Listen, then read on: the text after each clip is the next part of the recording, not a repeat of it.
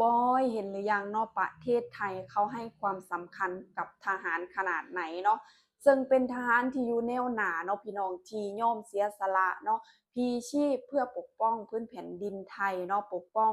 ประชาธิปไตยของคนไทยเนาะพี่น้องยอมพลีชีพเนาะทุกคนนั่นก็คือจ่าเริงเนาะพี่น้องในเนิน350ที่ได้รับเนาะการส่ง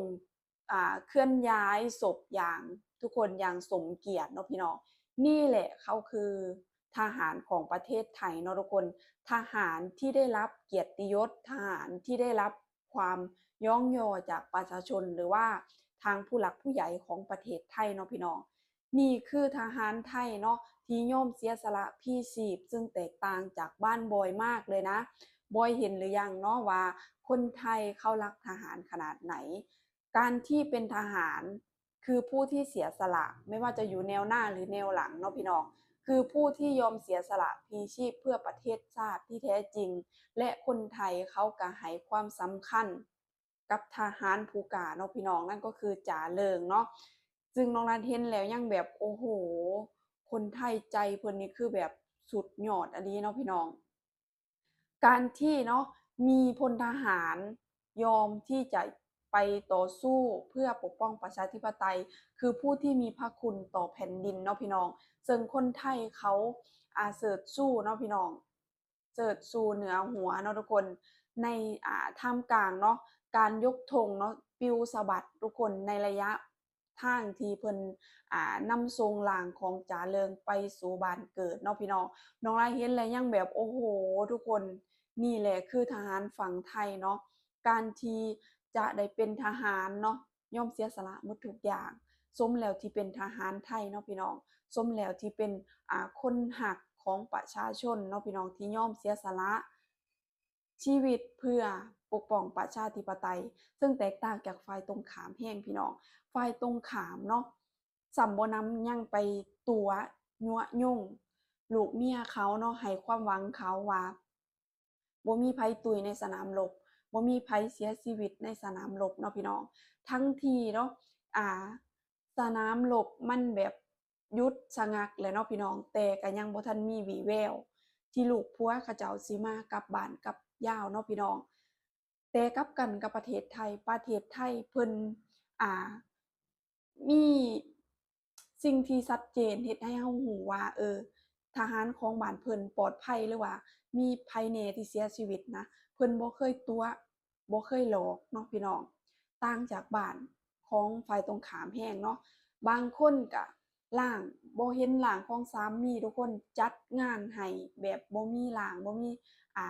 บ่มีลมหายใจแล้วเนาะพี่น้องเห็นแล้วก็สงสารเนาะสงสารแต่ก็เฮ็ดหยังบ่ได้เนาะพี่น้องก็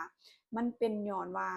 ผู้นำของประเทศเขานั้นเนาะพี่น้องที่ปกปิดเนาะประชาชนต่างๆนานาเนาะพี่น้อง เมื่อนี้น้องรายกสิภาพพีพีเอฟซีมาเบิงมาชมเนาะสื่อข่าวทางประเทศจีนที่นำข่าวเนาะที่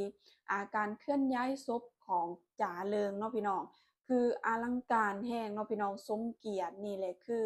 อ่าวีรบุรุษเนาะที่สละชีวิตเพื่อประเทศชาติที่แท้จริงและได้รับเนาะความรักความอ่าความรักความนับถือจากประชาชนชาวไทยเนาะพี่น้องในระยะตลอดทางเนาะ น้องไลเห็นแล้วยังแบบโอ้โหสุดยอดอะไรนี่แหละทุกคนคือประเทศไทยเนาะมาเบิ่งมาชมคลิปวิดีโอพร้อมๆกันเลยจ้าแล้วก่อนจะไปชมคลิปน้องรัดกับทักทายสบายดีพีพีเอฟซีทางฝั่งไทยและกับฝั่งลาวนำเด้อจ้าพี่น้องไปทุกคนธงชาติปลิวสวัยรับลมเพื่อต้อนรับวีรบุรุษจ่าเริงบุตรชายแห่งอำเภอประโคนชัยได้กลับบ้านแล้วการโบกสะบัดธงชาติไทยในมือของประชาชนคือการมอบเกียรติยศสูงสุดแด่ท่านตลอดสองข้างทางในอำเภอประโคนชัยจังหวัดบุรีรัมย์ชาวบ้านต่างมารวมตัวกันตั้งแต่เนิ่นๆยืนสงบนิ่งด้วยความเคารพธงชาติไทยจำนวนมากโบกสะบัดรับลมเพียงเพื่อรอต้อนรับการกลับมาของวีรบุรุษผู้สละชีวิตเพื่อชาติเขาคือจ่าสิบเอกสำเริงคังประโคนกองพันทหารราบที่3กรมทหารราบที่23ทหารกล้าผู้ยอมสละชีวิตอันล้ำค่าเพื่อประเทศชาติและประชาชนในห้วงเวลานี้ธงไตรรงในมือของชาวประโคนชัยไม่ได้เป็นเพียงธงชาติเท่านั้นหากแต่เป็นสัญลักษณ์ของความภาคภูมิใจความอาลัยและความขอบคุณจากหัวใจขอขอบคุณที่ท่านจากอ้อมอกของครอบครัวลุกขึ้นยืนหยัดปกป้องผืนแผ่นดินไทยและคุ้มครองความสงบสุขและสันติภาพของประชาชนทั้งประเทศชื่อของวีรบุรุษจะถูกจารึกไว้ในหัวใจของประชาชนชาวไทยตลอดไป ขอแสดงความเคารพอย่างสูงสุดและขอแสดงความเสียใจอย่างสุดซึ้งต่อครอบครัวของกองทัพบกปูนบำเหน็จพิเศษ 9 ขั้น ขอพระราชทานเลื่อนยศจ่าสิบเอกสำเริงคลังประโคนเป็นพลตรี เพื่อสดุดีวีรกรรมสละชีพปกป้องแผ่นดินไทยที่เนิน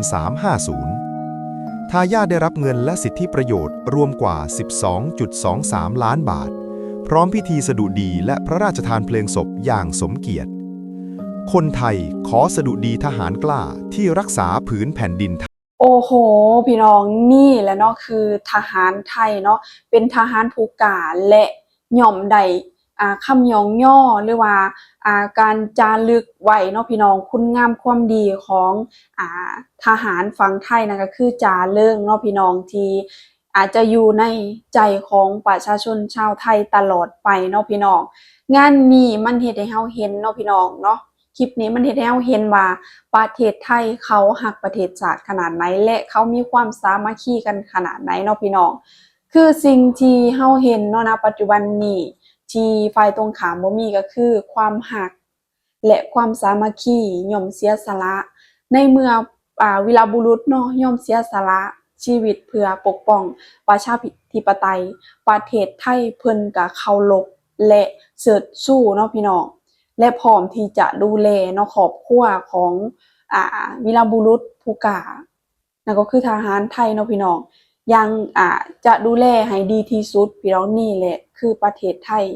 ซึ่งบ่มีประเทศใดเฮ็ดได้เท่ากับประเทศไทยเนาะน้ำใจของคนไทยคือเป็นหนึ่งเนาะพี่น้องเรื่องนี้มันสอนให้เฮารู้ว่าเนาะประเทศไทยเป็นประเทศที่สามัคคีกันแรงและเป็นประเทศที่ยอมเสียสละชีวิตเพื่อพื้นแผ่นดินไทยเนาะประเทศไทยบ่ได้มีแค่ทหาร300 300,000 กว่านายเนาะพี่น้องประเทศไทยยังมีประชาชนเนาะที่พร้อมที่จะสู้กับปัญหาหรือว่าวิกฤตการณ์หยังเนาะพี่น้องนี่แหละทุกคนคือทหารไทยเนาะมันบ่งบอกถึงประเทศที่มีความพร้อมบ่ว่าจะเป็นจิตใจร่างกายความสามัคคีต่างๆเนาะซึ่งฝ่ายตรงข้ามบ่มีนี่แหละเนาะพี่น้องทหารไทยตุยไปได้เกียรติยศทหารเขมรตุยไปได้เป็นปุ๋ยตามะม่วงได้เป็นปุ๋ยในป่าดงดิบเนาะพี่น้องแค่นี้เราก็เห็นแล้วว่าประเทศไหนเขามีศักยภาพดีกว่ากันเนาะขณะที่ความลับเนาะแต่ก็ยังไม่ออกมาชี้แจงให้กับประชาชนตัวเองเลยพี่น้องนี่เนาะนี่บ่ที่เป็นผู้นำเนาะผู้นำควรให้ความยุติธรรม